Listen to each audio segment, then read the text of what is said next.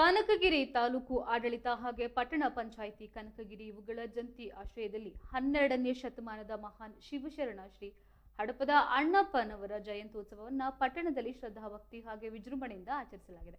ಕಾರ್ಯಕ್ರಮವನ್ನು ತಾಲೂಕು ಆಡಳಿತ ಅಧಿಕಾರಿಗಳು, ಜನಪ್ರತಿನಿಧಿಗಳು ಹಾಗೆ ಸಮಾಜದ ಪ್ರಮುಖರು ಜ್ಯೋತಿಯನ್ನ ಬೆಳಗಿಸುವ ಮೂಲಕ ಉದ್ಘಾಟಿಸಿದರು.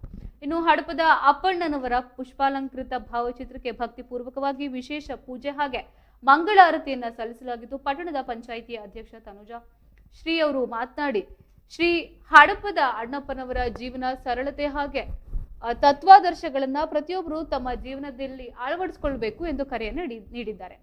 ತಹಶೀಲ್ದಾರ್ ಚಂದ್ರಶೇಖರ್ ಅವರು ಮಾತನಾಡಿ, 12ನೇ ಶತಮಾನದ ಬಸವೋತ್ತರ ಕಾಲಘಟ್ಟದಲ್ಲಿ ಕಾಯಕ ಯೋಗಿಯಾಗಿ ಕಾರ್ಯವನ್ನು ನಿರ್ವಹಿಸಿದ ಶ್ರೀ ಹಡಪದ ಅಣ್ಣಪ್ಪನವರ ಜಗಜ್ಯೋತಿ ಬಸವಣ್ಣನವರ ಅತ್ಯಂತ ಆಪ್ತ ಹಾಗೆ ನಂಬಿಕಸ್ಥ ಅನುಯಾಯಿಯಾಗಿದ್ದರು.